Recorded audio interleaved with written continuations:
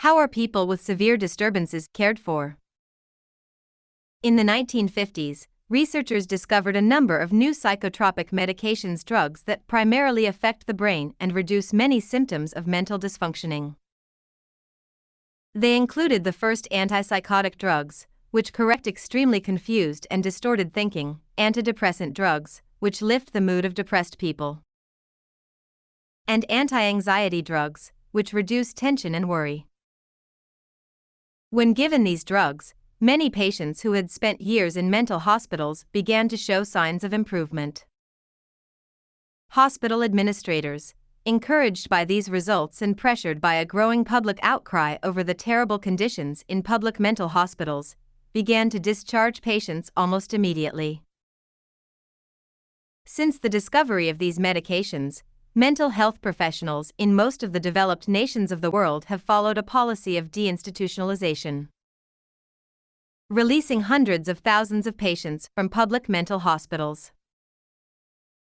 On any given day in 1955, close to 600,000 people were confined in public mental institutions across the United States.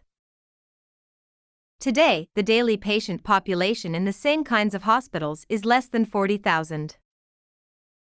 In short, outpatient care has now become the primary mode of treatment for people with severe psychological disturbances as well as for those with more moderate problems. When severely disturbed people do need institutionalization these days, they are usually hospitalized for a short period of time. Ideally, they are then provided with outpatient psychotherapy and medication in community programs and residences. Chapters 3 and 15 will look more closely at this recent emphasis on community care for people with severe psychological disturbances, a philosophy called the community mental health approach. The approach has been helpful for many patients, but too few community programs are available to address current needs in the United States.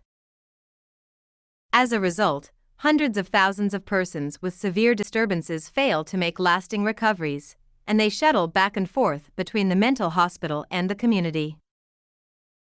After release from the hospital, they at best receive minimal care and often wind up living in decrepit rooming houses or on the streets.